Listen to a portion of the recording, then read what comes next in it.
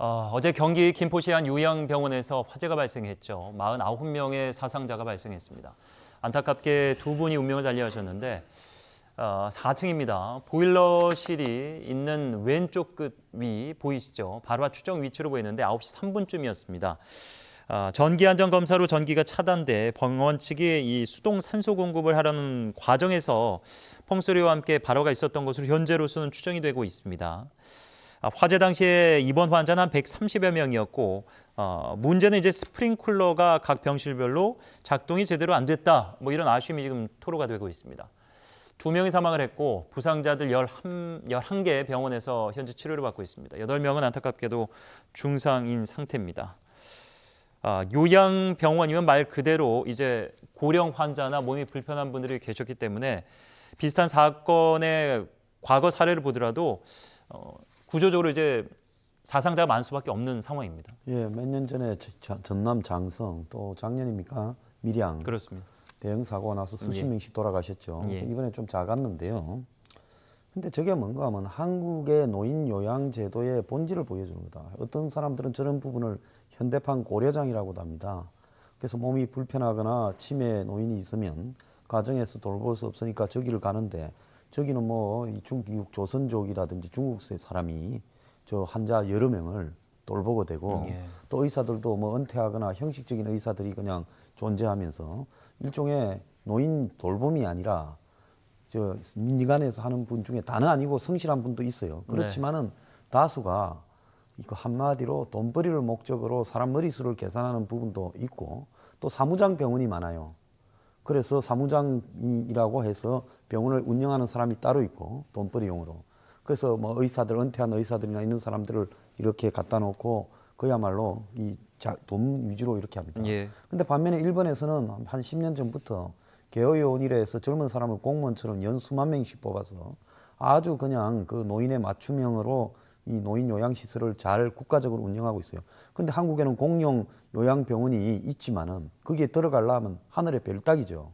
그렇기 때문에 저런 일이 반복해서 발생하고 있는데요. 근본적으로 노인 요양 시스템에 대한 국가적 개선. 저는 부실하게 운영되는 요양병원을 전부 국가가 사들였어요. 국가가 준공무원 제도로 그 돌봄이 들어갔다가 고용해서 해야 된다. 그러지 않고는 저런 사태가 계속 반복될 수밖에 없다. 심지어 결박해 놓고 있는 병원도 다수예요. 말씀해 주신 작년 1월 26일에 경남 밀양에서는 안타깝게도 이제 47분이 사망하셨는데 사망하신 분이 이번에도 2분 계십니다. 그래서 다행이란 표현을 붙일 수는 없지만은 그래도 병원 관계자와 소방당국이 대처를 잘해서 사상자들을 줄이고 피해를 좀 줄일 수 있었다 이런 평도 나오고 있습니다. 그렇습니다. 이게 세종병원 말씀하셨지만 그때는 정말 192명이 사상을 당했어요. 그래서 상당히 큰 충격을 줬는데 저는 황 소장님 말에 전적으로 동의해요. 그러니까 이게 요양병원들이 너무 난립하고 또 제대로 국가가 통제가 안 되다 보니까 개인이 돈 벌기 위해서 요양병원을 하는 경우들이 많아요. 그러다 보니까 제대로 관리도 안 되고 그다음에 심지어는 요양병원 들어가서 더 병이 악화되거나 아니면 상태가 안 좋아지는 경우도 많이 지금 보고가 되고 있거든요. 이런 부분들에서 정부가 정말 적극적으로 나서서 좀 개선 방안을 만들어야 된다는 걸 말씀을 드리고 싶고 다행히 이번에 이제 물론 2명이 사망을 하시긴 하셨지만 불 난 거에 비하면 피해 정도가 좀 줄어들었잖아요. 예전보다. 여러 가지 이유가 있는데 그중 하나가 여러 사람들이 달려들어서 다 구해내려고 노력을 했어요. 저기 상가 건물에 있는 요양병원이었거든요. 그러다 보니까 주변에 있는 사람들이 너나 할 것 없이 다 뛰어들어가서 구해내고 또 소방당국이 즉각적으로 출동을 해서 거의 10여 분 만에 출동을 해가지고 사다리차 이용해서 저기 유리창 다 깨고 들어가서 환자들 다 끄집어내고 이런 방법들을 통해서 그러니까 즉각적인 반응, 그다음에 수습 그리고 구조 활동이 적극적으로 이루어졌다. 또 주위에 있는 사람들이 그냥 보고만 있지 않고 적극적으로 일반인들로 나서서 구조 활동에 참여를 함으로써 1시간 안에 거의 대부분 132명 그리고 그다음에 30명의 직원들까지 모두 다 구조를 해낸 그러니까 예전에 비하면 상당히 발전된 형태의 구조 모습을 보여줬다 이렇게 볼 수 있을 것 같습니다. 그럼에도 불구하고 좀 아쉬운 지적이 있습니다. 화재 당시 건물 내 스프링클러가 작동하지 않은 것으로 확인을 했는데 소방당국이 대한요양병원협회에서는 또 여기에 대해서 이런 변을 내놨습니다. 병동 병실서 불이 나지 않아 스프링클러가 작동하지 않은 것이다. 설치하지 않아 화재 확산된 건 아니다. 앞서서 살펴봤습니다. 이제 발항 추정 위치가 보일러실이었기 때문에, 그러니까 이 변은 각 병실 중에 한 곳에서 만약에 화재 발화가 됐다면은 스프링클러가 작동했을 것이다. 실제로 화재가 발생하면은 질식사가 훨씬 더 많다고 알려져 있기 때문에 이게 꼭 불을 끈다라기보다는 이제 스프링클러가 작동해서 물이 내려오면 연기를 좀 줄일 수 있는 효과가 있어서 매뉴얼에 조금 손을 볼 필요도 있을 것 같습니다. 예, 똑같은 건물이나 똑같은 시설에 똑같은 법률을 적용할 게 아니라 예.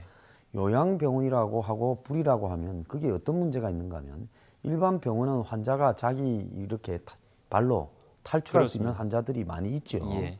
근데 요양병원에 있는 환자들은 밤에 보면 이런 뭐 안정제 같은 걸 투약해서 사실은 혼미한 의식이 예. 사람도 있고 어떤 사람들은 몸을 제대로 가누지 못해서 결박돼 있는 사람도 있습니다. 예. 돌보는 숫자가 극히 적기 때문에 불이 났을 때 이 대피하기가 어렵죠. 그렇습니다. 그러면 요양병원 같은 시설은 모든 방에 모든 공간에 스프링클러를 두게 한다든지 해서 소방에 대한 대비가 일반 시설물보다는 훨씬 더 강화돼야 될 필요가 있는데 예. 일괄적인 기준을 적용하니까 이런 일이 발생하는 거 아니겠습니까? 요양병원 화재 해마다 끊이지 않는다고 앞서서 몇 차례 이야기를 했고 인명피해도 상당하다는 것을 전해드렸습니다.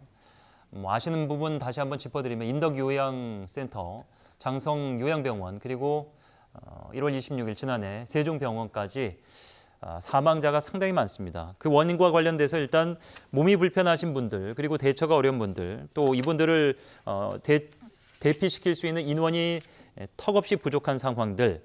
그래서 스프링클러 같은 경우에도 매뉴얼과는 다르게 특정 부분에 있어서 더 꼼꼼하게 봐야 된다. 이렇게 황재한 소장께서 말씀해 주셨는데 결국에는 이런 것들을 현업이나 실무진에서 뭐 국회가 됐던 간에 담당 행정부가 됐던 간에 추진을 적극적으로 못하고 계속해서 2, 3년 끄는 것이 문제 아니겠습니까? 예, 그렇죠. 근데 근본적으로 저는 일개의 요양 체계에 대한 국가적 시스템의 전환을 들어가야 된다고 봅니다. 네. 왜냐하면 민간에 맡겨놓으면요, 그 사람들은 손익 비용을 따지고 수익성을 따지기 때문에 사람을 더 투입할래야 할 수가 없죠. 예. 근데 사실은 요양병원에 들어가는 많은 돈들이 이 요양보험에서 지급됩니다. 예. 국민건강보험이에요. 예. 그러니까 국가가 상당한 돈을 지불하고 또 그 돈을 상대로 이 수익성 사업을 하고 그러니까 요양병원 운영이 결국은 대부분은 이 일종의 수익 사업으로 진행이 되고 있단 말입니다. 예. 그러면 그 돈을 국가가 지불하는데 왜 이걸 갖다가 이렇게 개인적으로 하게 하느냐. 그래서 아주 평가를 해서 A부터 F까지 A를 받은 요양병원들은 정부가 더 지원해 주면서 잘하도록 하고 예. 나머지 이렇게 등급이 떨어지는 요양병원들은 전부 국가가요 시설을 매수해서 국가적인 요양 체계로 편입시켜야 된다. 예. 이거 안 하면요 진짜 대한민국은 앞으로 늙어서 몸이 어려워지면 고려장 되는 요양병원의 현대판 고려장이라고 이야기하는 사람들 굉장히 많습니다.